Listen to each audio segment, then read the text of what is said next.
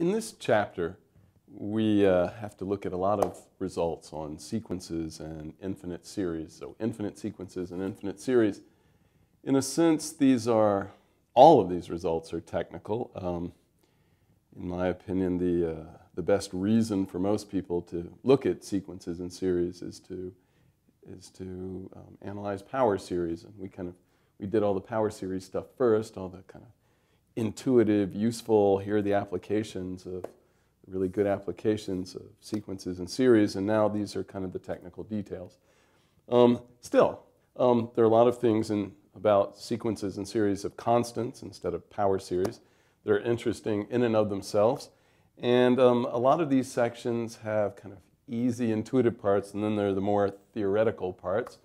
So I'm, in this section, it's theorems on sequences. About half of what I say is going to seem, hopefully, very clear, very obvious, kind of, oh, haven't we looked at that before? Because we will have looked at a bunch of it before. And then at the end, there's some very technical results kind of at the heart of the definition of the real numbers.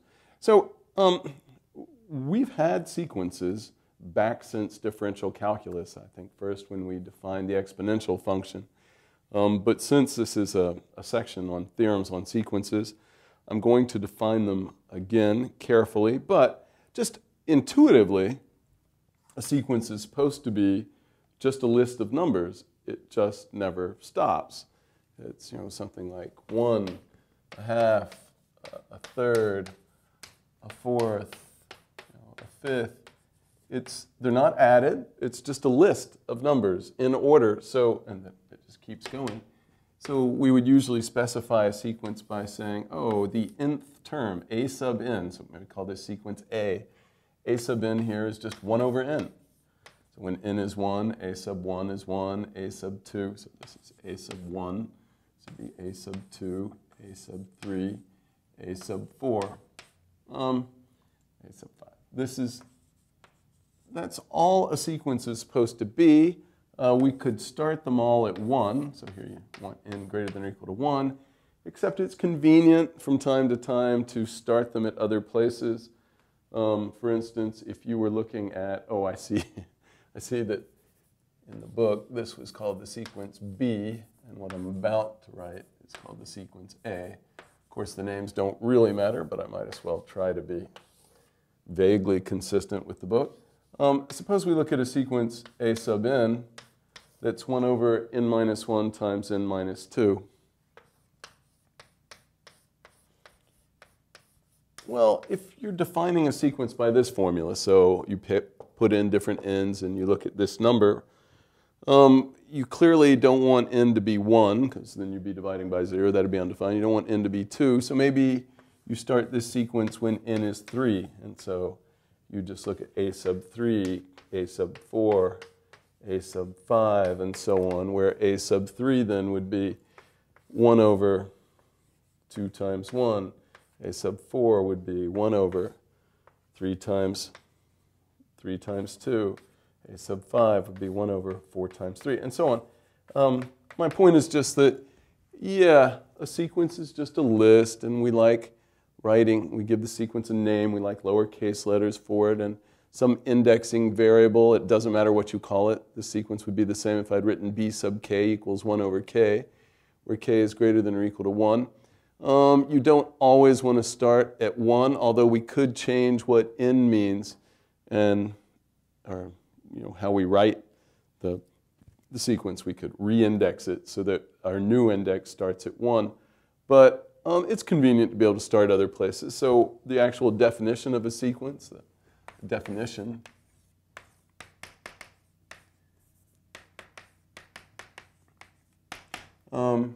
first you need to let z sub m. Z is the letter that's usually used, this blackboard bold Z is what's usually used for the integers, so the positive natural numbers, the negative ones, so 1, 2, 3, 4, negative 1, 2, 3, 4, keep going, and 0. But I'm going to let this be equal the set of natural numbers greater than or equal to m. So m is itself, the set of integers. greater than or equal to some integer m,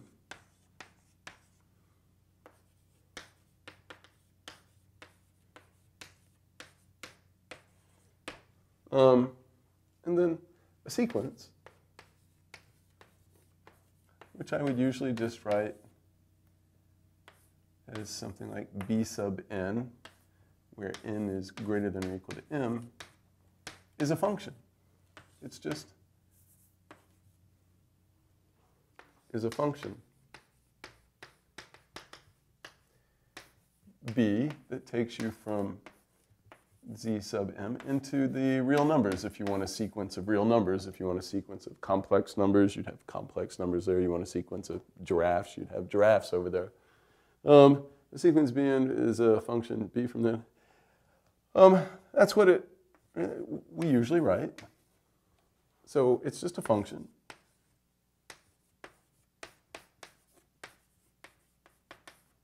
And we usually write b sub n in place of our normal functional notation, in place of b of n.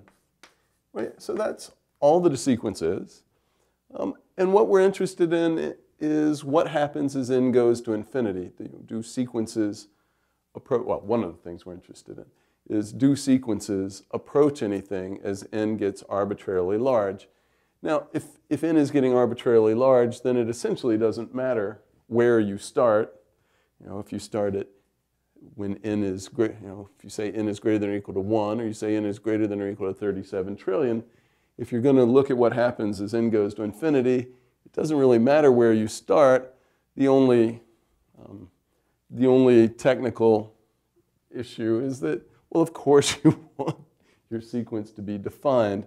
But if I left this off, you should just assume that we've chosen n big enough so that this is defined. If what we care about, if all that we care about is the limit as n goes to infinity, which I haven't defined, but I'm about to. So we've looked at limits of sequences back since differential calculus, and we've had limits of functions with where the variable could be any real number instead of just having to be an integer.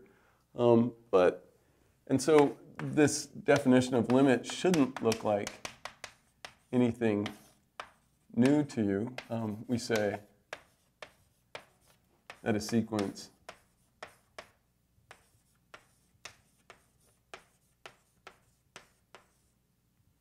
a sub n, where n is greater than or equal to, maybe I'll use b. B sub n, where n is greater than or equal to n, converges to L, a real number, converges to L if and only if, and right, I should have said, and right.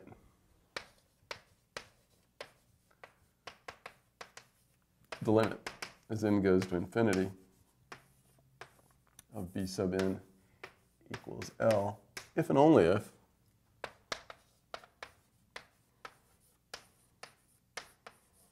and only if what? Well, the definition of limit. So that thing where you traditionally use the Greek letter epsilon, if and only if, for all epsilon greater than 0, there exists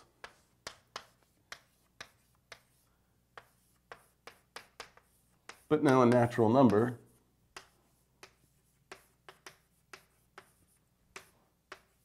an integer, exists an integer. It's true we're going to say kind of that it needs to be big enough, so it's true we could assume it's a natural number, but I don't need to write that in. There exists an integer n, capital N, greater than or equal to this initial n value. There exists an integer such that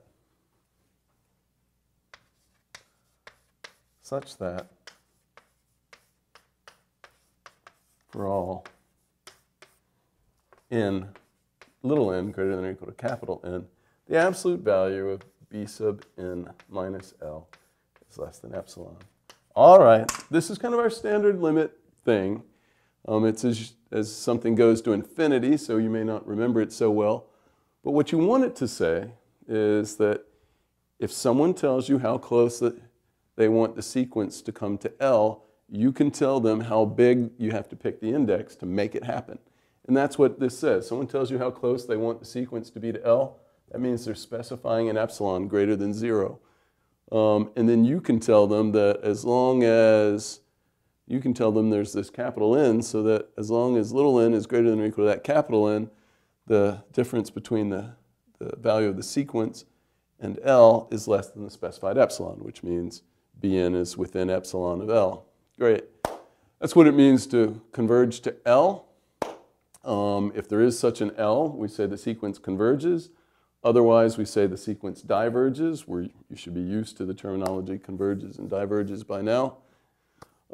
It's important. I'm not going to write it as a theorem. We've looked at this too many times. If a limit exists, it's unique. There aren't two different L's that would satisfy this for a given sequence. There is, if there's a limit of a sequence, it's the limit. There aren't two of them to worry about. We do have a slight, it's not even that slight, although it's slight in effect, a slight notational issue. We had the limit as x goes to infinity a long time ago. And you might wonder, well, suppose let me pick a specific example. There's one I want. In pi. So let me try to give you an example of a slight problem that you should think about this one time, and it should never bother you again, hopefully. So you got this example.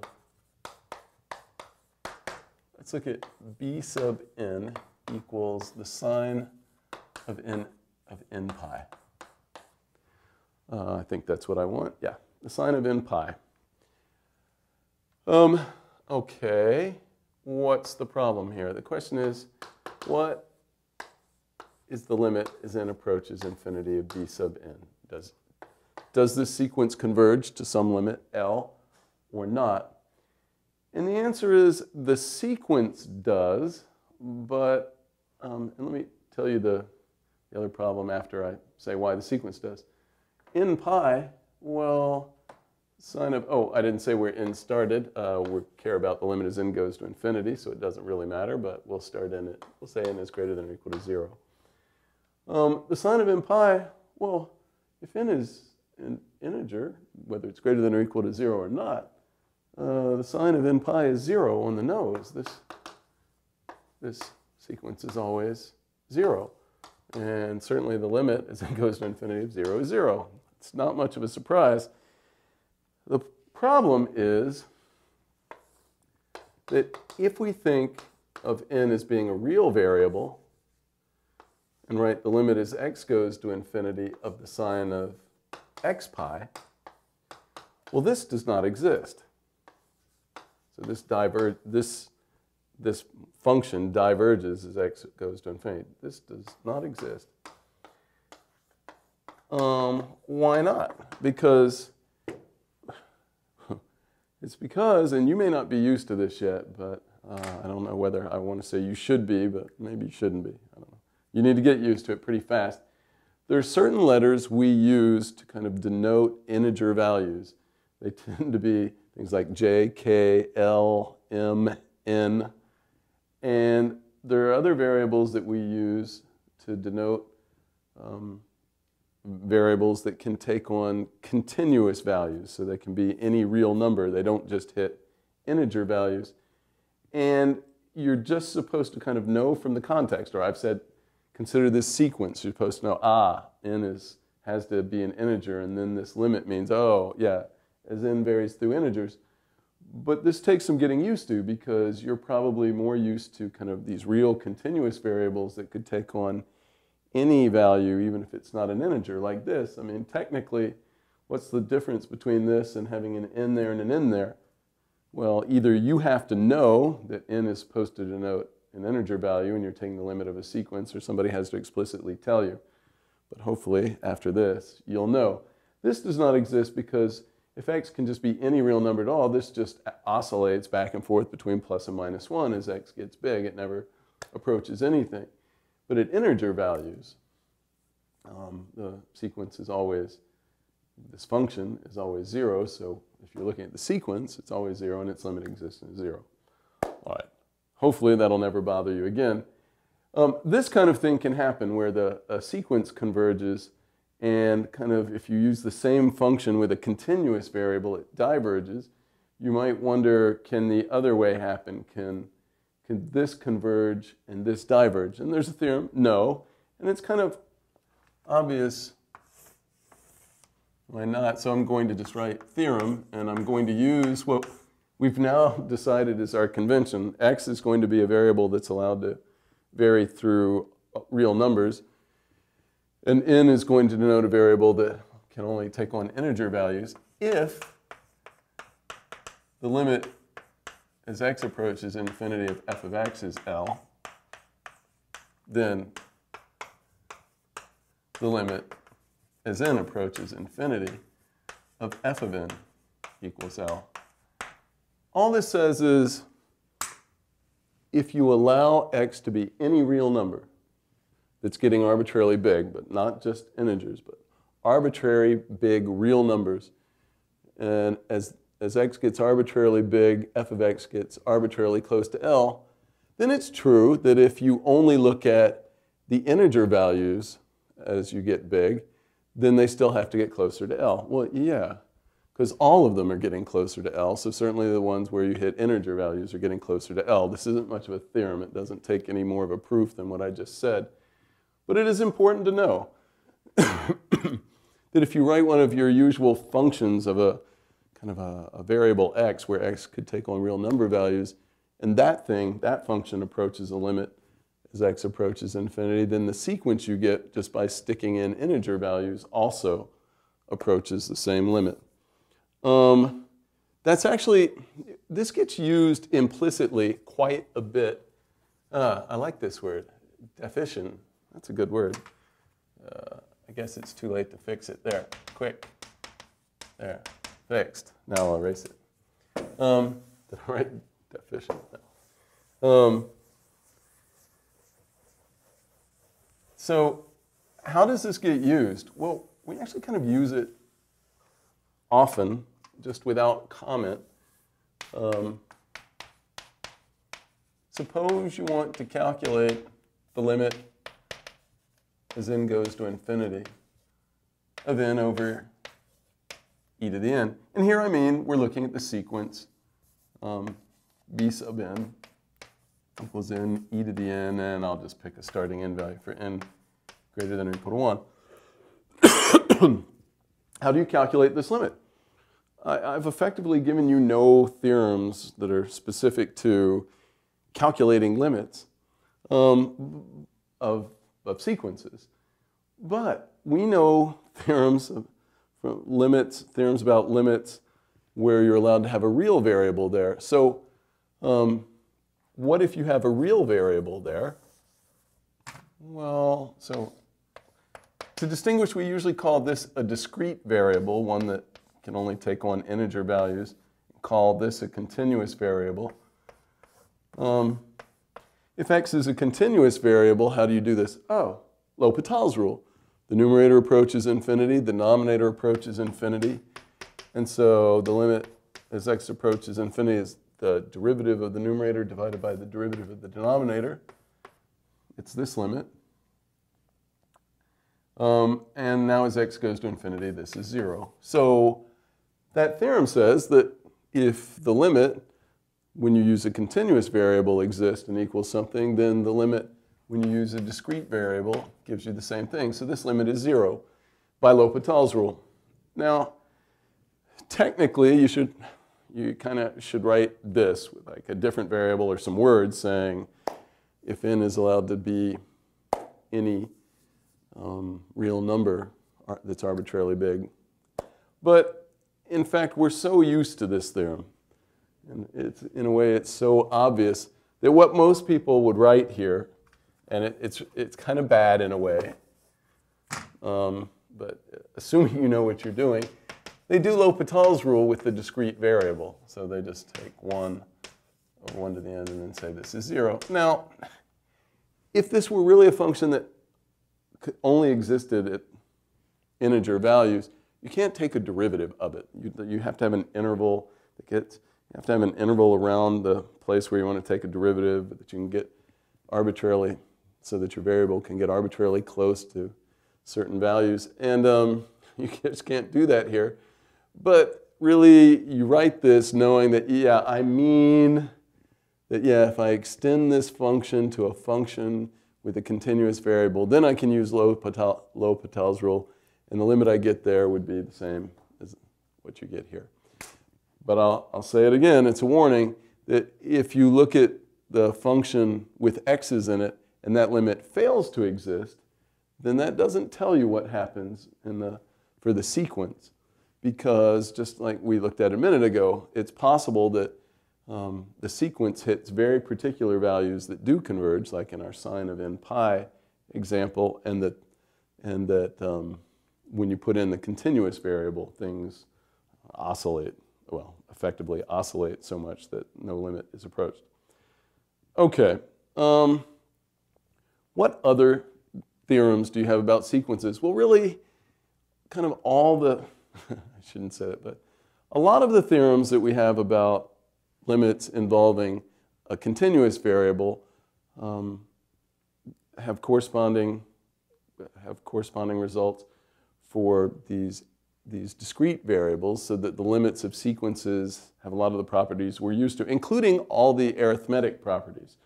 So the limit of the sum is the sum of the limits. The limit of the product is the product of the limits. The limit of the quotient is the quotient of the limits as long as the denominator doesn't approach 0. All these things about arithmetic of sequences that were true for limits of functions of a continuous variable are true for sequences. So I won't write that as a theorem. It's certainly in the book, but just as an example, and I suppose I'll make it be exactly an example that's in the book. One example is, we know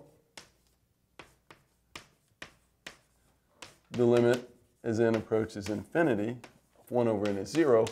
There are several ways you should know this. I'd like to say, first of all, it's just blatantly obvious. As n gets really big, 1 over n approaches 0. But we know this for a continuous variable, for instance, and that means that since the limit is x approaches infinity, 1 over x is 0. This is certainly true.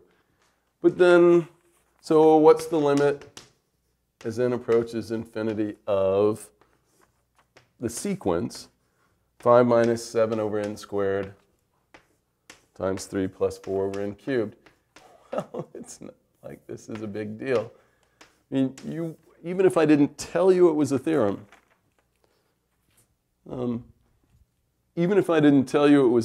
you would probably write the correct thing.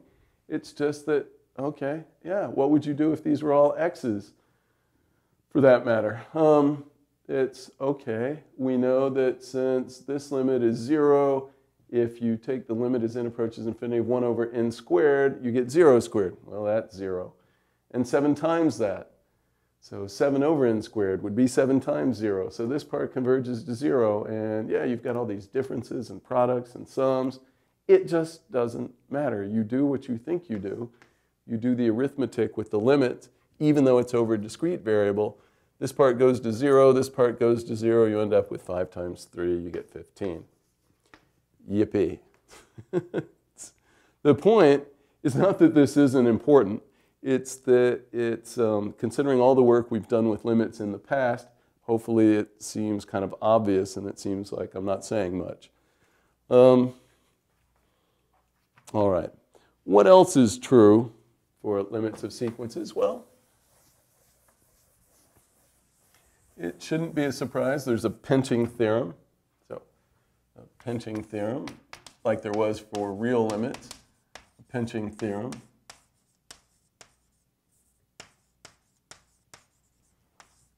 For sequences. And you may not remember what the pinching theorem said, but the name is kind of suggested. Something gets pinched. Let's suppose you've got 3 sequences. I'll just write a sub n, b sub n and c sub n, and suppose it's always true, for n greater than or equal to m, suppose that, the b sub n sequence is always between the a sub n and the c sub n sequence. And suppose this one and this one converge to the same thing.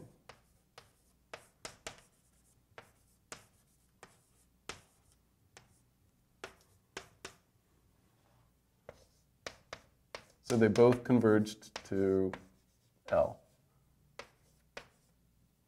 Then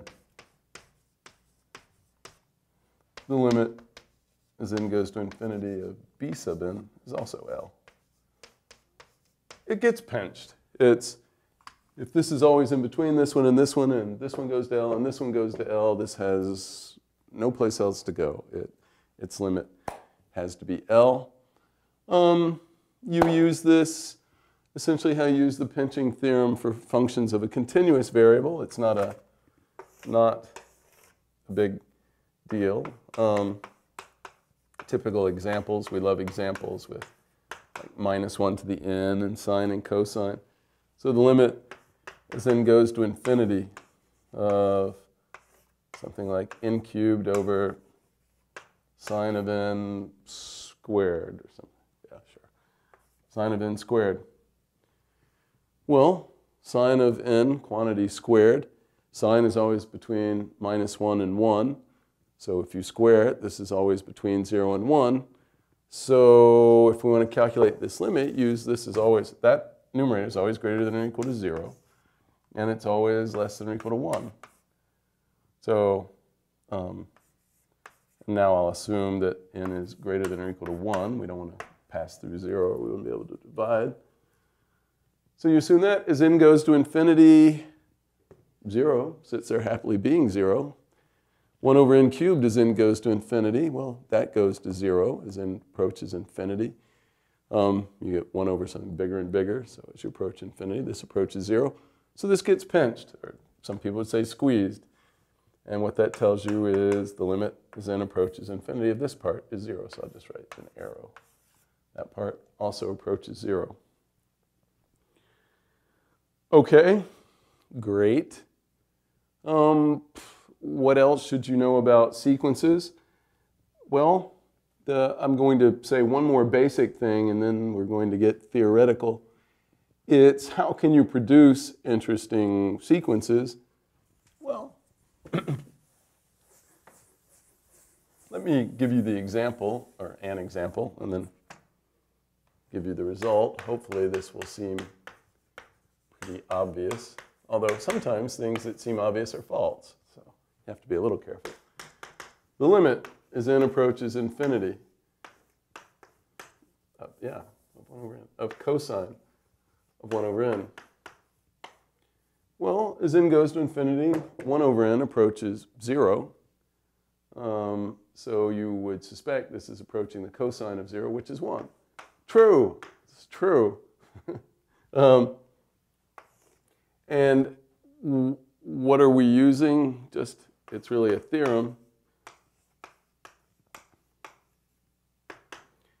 If the limit as n approaches infinity of some sequence is L, so the sequence converges to L, and f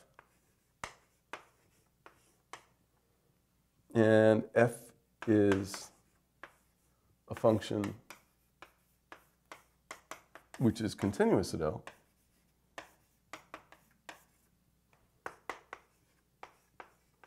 and I have to say more than this.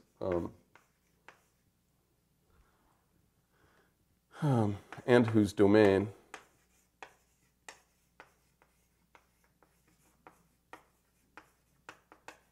includes all of the a sub n for n greater than or equal to some n, then the new sequence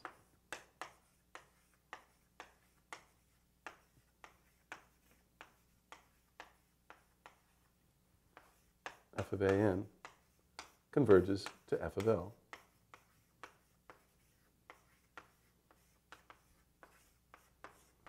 That's what we just used, really. It's cosine is a continuous function. So you should think, ah, yes, that means as whatever you're taking cosine of approaches something, cosine approaches the value at the limit of the inside thing. And that's what we just used, that if you have a sequence, you can form a new sequence by applying this continuous function to f of an, provided there's this part in the parentheses, provided this is defined, which means that the an's need to be in the domain of f at least for little n sufficiently big. And then this new sequence would converge to f of L, assuming f is continuous at this limit. But, you know, again, a lot of theorems about sequences should just be kind of, or applications of them, examples of how you use these theorems, should be kind of clear to you at this point. Yeah, of course this is 1. As n approaches infinity, this approaches 0, and the cosine of 0 is 1. Yes, if cosine were not continuous, that would not be true. But we know it's continuous, and we're kind of used to dealing with it, and hopefully that doesn't surprise you. All right. The bad news is that now I need to talk about, so my point up to here is that, yeah, sequences aren't bad. They're just lists of numbers, and yeah, now we have the limit as n goes to infinity, and in the past we've had x goes to infinity, or actually we've looked at a few sequences. But now there are some kind of results at the kind of the heart of mathematics and the heart of the construction of the real numbers that I need to talk about. This is a little theoretical. A lot of people would not do this in a class, but I'm going to talk about it.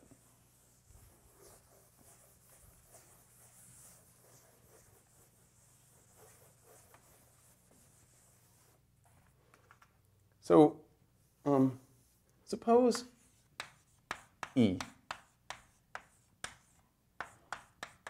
is a set of real numbers.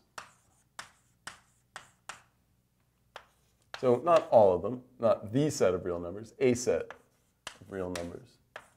So that means, another way of saying that is E is a subset of the real numbers, and in notation it's E. This is a subset or equals, so subset.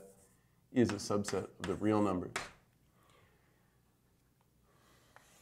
Then the definition, I'll try to write definition correctly this time. Definition, well, we want to say E is bounded above, if so. M is a real number M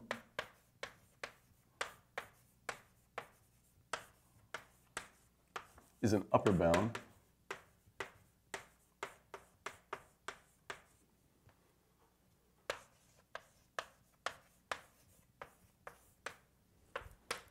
if and only if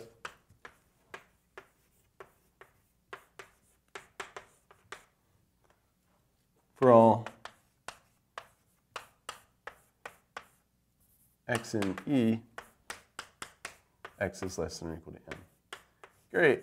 An upper bound. Hopefully this is what you thought it meant. We may have defined this before. An upper bound, it's just something that's greater than or equal to everything that's in E. That's an upper bound of E. We're not saying it's the smallest one or the maximum value of E. We're saying it's at least something that's greater than or equal to everything in E. It could be wildly greater. Like the biggest thing in E could be 1, and M could be 15 trillion. So it's just an upper bound. If such an M exists, we say E is bounded above.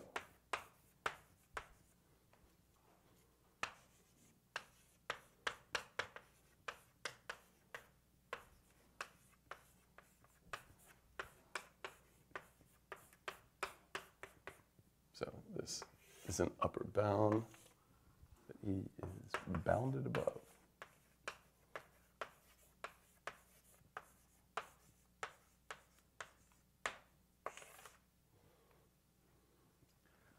All right, but there is the notion of a least upper bound. A least upper bound would be the smallest number that's an upper bound. So that anything smaller than that would not be an upper bound. So, and, well, anyway, I'll come to that in a minute. But you could ask for a least upper bound. But let me come to that in a minute.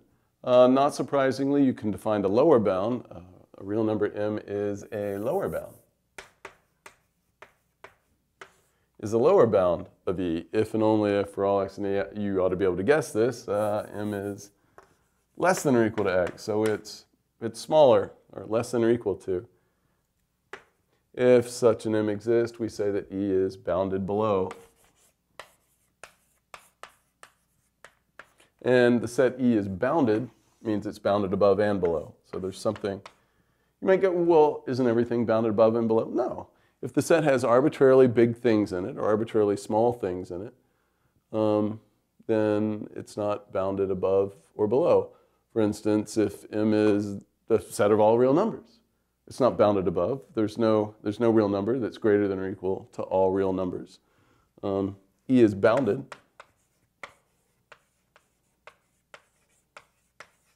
If and only if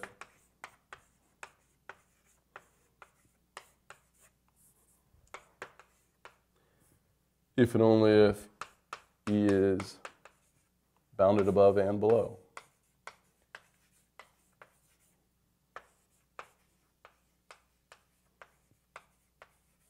So it doesn't go out infinitely far in either direction, down towards negative infinity or up towards positive infinity.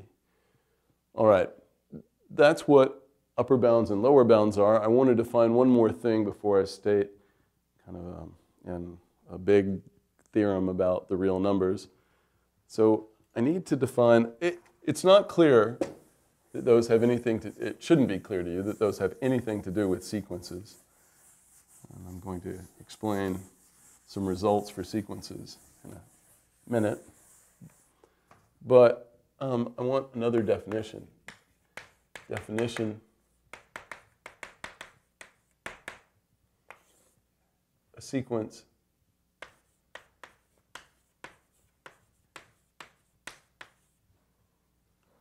A sub n, where n is greater than or equal to some starting value, is a Cauchy sequence.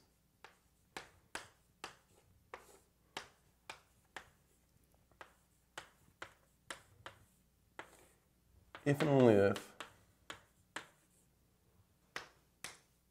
let me say the point of what I'm about to say.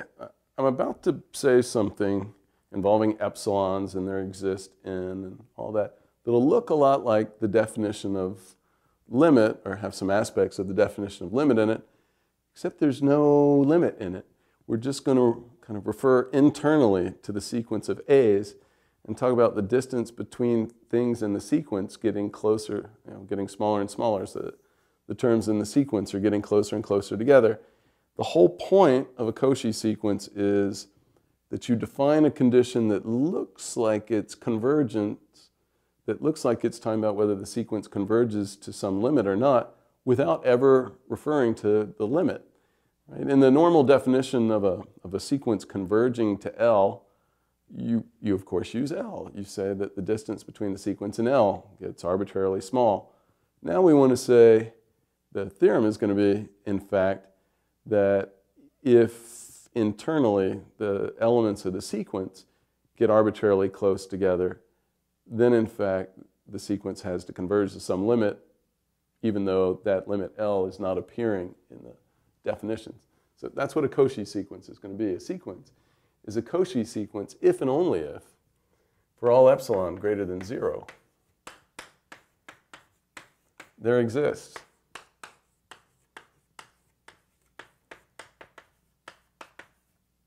m, I'll call it n, some capital N greater than or equal to this little m, such that, so some integer, such that for all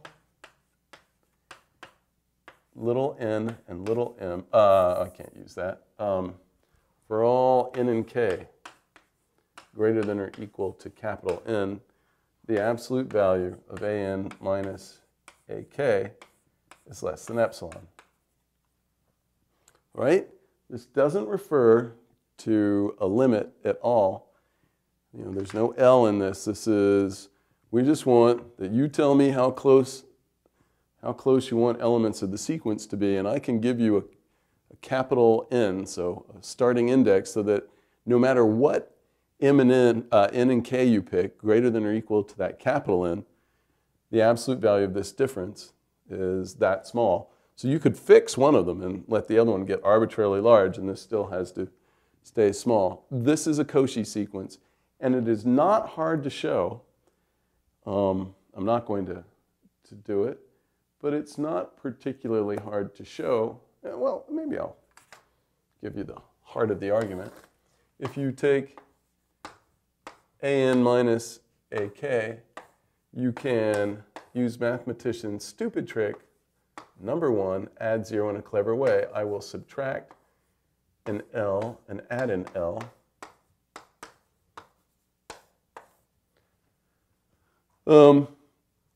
So I've subtracted an L, I've added an L. This is still the absolute value of an minus ak. And then there's the triangle inequality, which says this absolute value is less than or equal to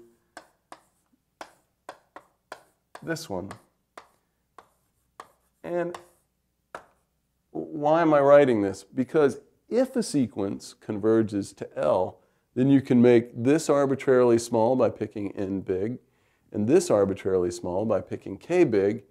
And so you can make these arbitrarily small, and this is less than or equal to this sum, and greater than or equal to 0. So you can make this arbitrarily close to 0 by picking n and k big. So, well, that's what this says.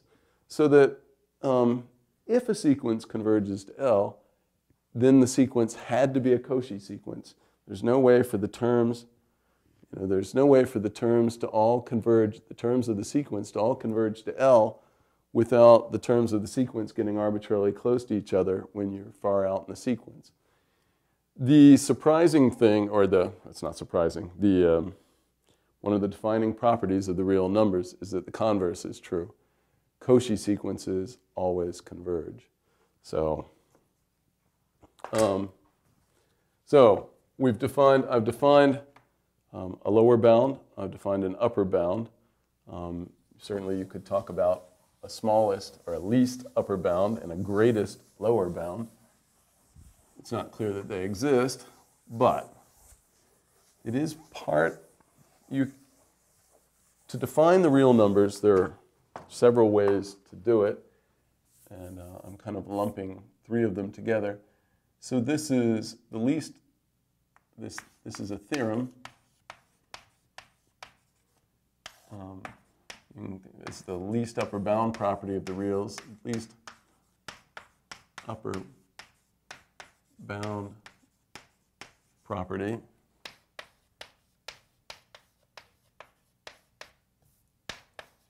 And completeness of the reals.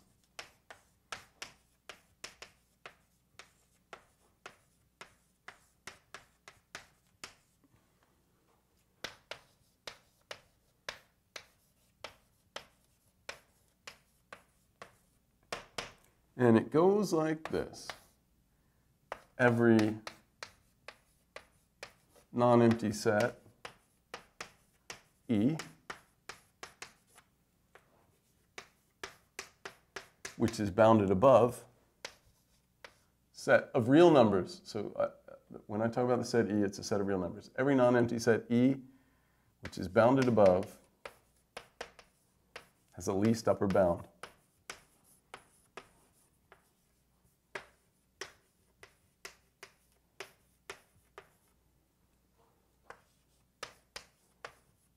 So there is something that's the smallest upper bound if there's an upper bound.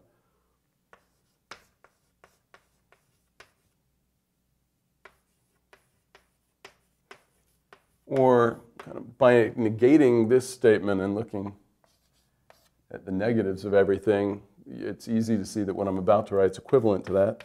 Every non-empty set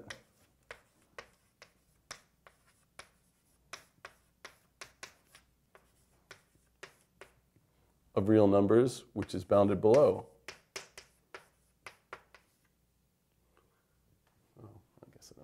which is bounded below, has a greatest lower bound.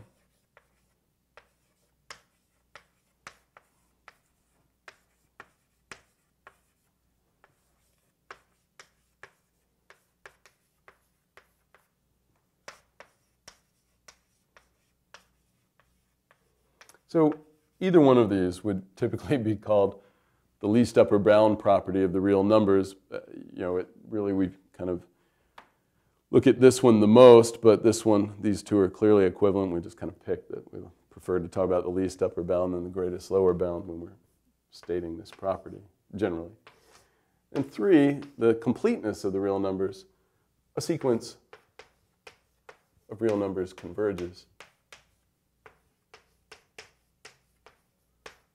Converges if and only if it's a Cauchy sequence.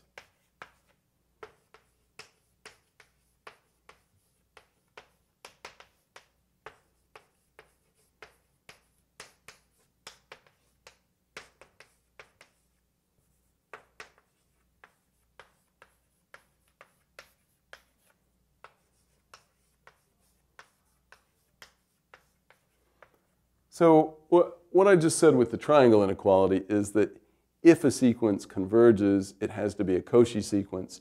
The content here is that if it's a Cauchy sequence, it has to converge. This means really you can define the real numbers with this property. You take Cauchy sequences of rational numbers. But what this means is that you have the ability to tell if a sequence of real numbers converges without knowing what it converges to, because you can prove it's a Cauchy sequence, that any two terms in the sequence get arbitrarily close together if you go out far enough in the sequence. And that'll tell you it's a Cauchy sequence, and then this theorem tells you that the sequence has to converge, but it doesn't in any way tell you what it converges to, which is a little disturbing or cool depending on your point of view. Okay, what does this have to do with anything? I told you this was theoretical. So what do we want to do with this? One of the ways that you can tell that a sequence converges is, so now I'm going to draw a number line. So here's the x-axis. And let's suppose we have an increasing sequence. So an is increasing. So it's like an increasing function. It means that when the index gets bigger, the function gets bigger. When the index is greater than or equal to this means if k is greater than or equal to n, then ak is greater than or equal to an. So as your index gets bigger, you don't get any smaller. So suppose you've got an increasing sequence. You can kind of picture it as starting like, maybe here's A1, and your sequence is just going over here. So as the index goes up, your sequence moves to the right, because as your index gets bigger, you're getting, at least as big. Anyway, so you picture this. Well, there are only two choices. There's either there's something out here that's bigger than all of these, or there's not. And if there's never some place that all of these are less than or equal to, well, then it gets bigger than anything, and then it diverges to infinity. So if the sequence is increasing and it's not bounded above, then the sequence diverges to infinity because it's increasing. And it's not bounded above, so it gets bigger than anything you name. Well, that's what it means to diverge to infinity. And once it gets bigger than that, it keeps increasing, so it just keeps getting bigger than anything you name. Okay, so it diverges to infinity if it's not bounded above. If it is bounded above, then there's a least upper bound by the least upper bound property of the real numbers. If the sequence is bounded above, there's a least upper bound. So the smallest thing that's greater than or equal to everything in here. Well, not surprisingly, that means that the sequence has to bunch up right there, and that least upper bound is the limit. So the least upper bound property tells us that increasing sequences, which are bounded above, so suppose n is greater than or equal to n is an increasing sequence.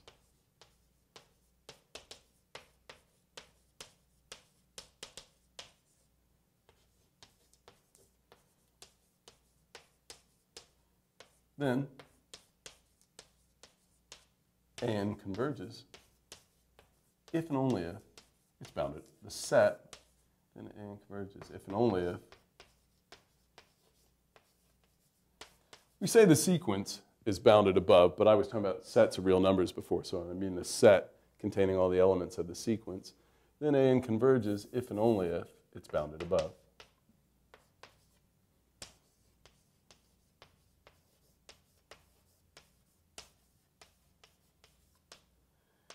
And if it diverges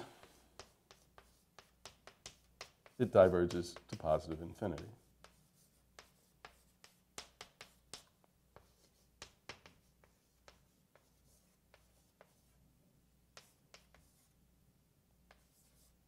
It just means if it diverges, it does so because it gets arbitrarily large. Because there are only two choices. Either the sequence is bounded above or it's not. Okay, great. Well, this is another way that you can tell that a sequence, or a way, aside from being a Cauchy sequence, where you can tell that a sequence has to converge without being able to decide what it converges to, and it follows from the least upper bound property of the reals. It's at the heart of it. It's suppose you show a sequence is increasing, and you can find something that's greater than or equal to everything in the sequence. So a real number that's, then the sequence has to converge. In no way does that tell you what it converges to. It's just a theoretical result that it converges. Not surprisingly, you have the same result, an analogous result with decreasing. If the n is decreasing means if you take something bigger, you get smaller or less than or equal to. So this, you would picture this going the other way. So you would have A1, then A2 is smaller, or less than or equal to. And you keep going down, and it's the same kind of thing. Either there's a lower bound here, or there's not. And if there's no lower bound, then the sequence is getting arbitrarily negative and will diverge to negative infinity. But if there is a lower bound, well, there's a greatest lower bound. And not surprisingly, the sequence has to converge to that because it just bunches up right there, and that will be the limit. So suppose an is a decreasing sequence. Then an converges if and only if it's bounded below. And if it diverges to minus infinity. Both of these should seem obvious. You know, if you kind of picture the number line and the sequence bunching up, if it's bounded above or below. The term that includes both, we say an is monotonic if it's either decreasing or increasing. And you know, if you've got a monotonic sequence, so it's either increasing or decreasing, that's bounded, a bounded monotonic sequence, it has to converge. Okay, so I've said these theorems. How do you use these to show that anything converges?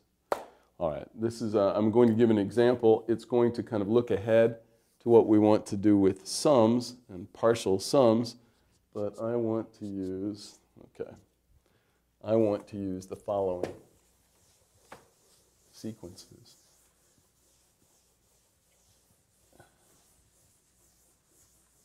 So it may not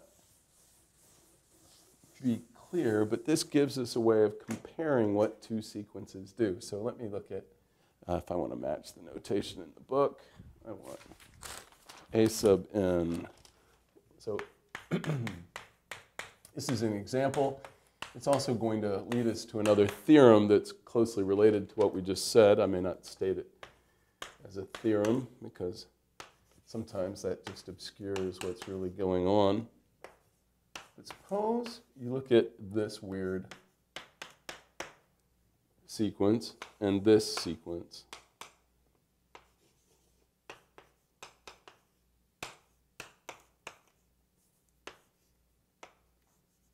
Both of these, where n is greater than or equal to 0. All right. So these sequences are defined as summations. This is something we're headed towards in the next section. But it's a perfectly reasonable sequence. You give me a number like 1. What is a sub 1? Well, it's the sum as k goes from 0 to 1 of 1 over 2 to k plus 1. So while these are kind of specified in a vaguely unusual way, it won't seem so unusual after next section, they're perfectly good sequences. What's the big deal? Well, they're both increasing sequences. So both of these are increasing. Why? Because as n goes up, you just add more positive terms. So an, the next, as n gets bigger, you add more positive stuff, well, then you get bigger.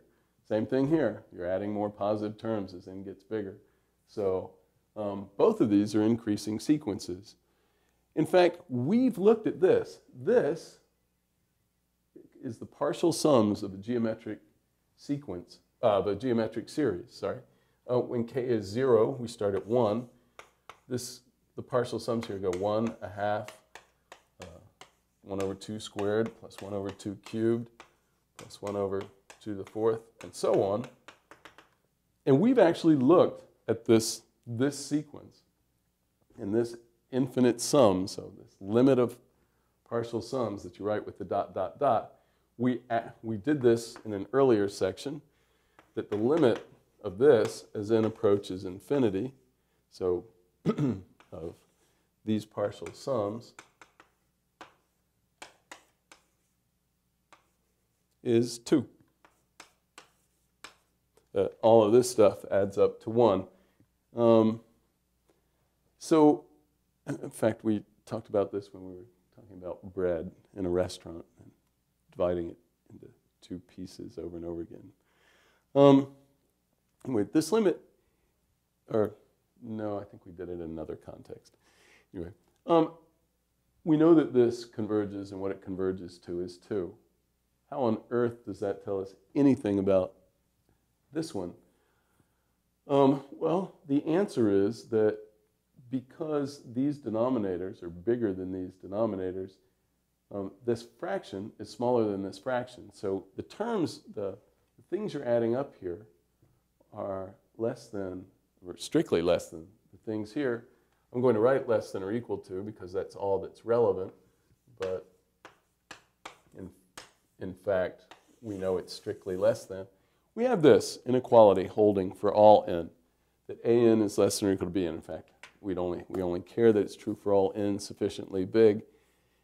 So what? Well, the an's are increasing, right? So the an's converge if and only if they're bounded above.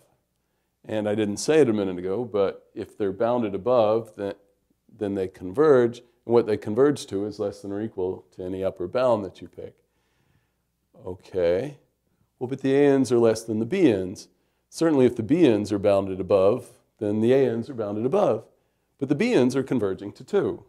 And the bn's are also an increasing sequence. So the bn's converge to 2.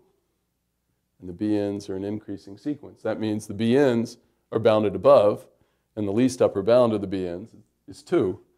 So in particular, the bn's are bounded above. So the an's have to be bounded above. And an upper bound of the an's is 2. 2 is an upper bound of the bn's. It's in fact the least upper bound of the bn's. So we know that an, the sequence an is bounded above, and it's bounded above by 2. So what does that tell us? This is an increasing sequence, and it is bounded above by 2. Well, then it converges because it's increasing and bounded above. And what it converges to has to be less than any upper bound, like 2. So what we conclude from this, because we know that both of these are increasing sequences, and that this one is bounded above, it converges, and, well, sorry, what we get from this, these are both increasing sequences. We know that this converges to 2 because we can actually calculate the limit. That means that this one is bounded above by 2, and so it converges to something less than or equal to 2. So what we conclude from this is that the ANs converge, the limit of the ANs exists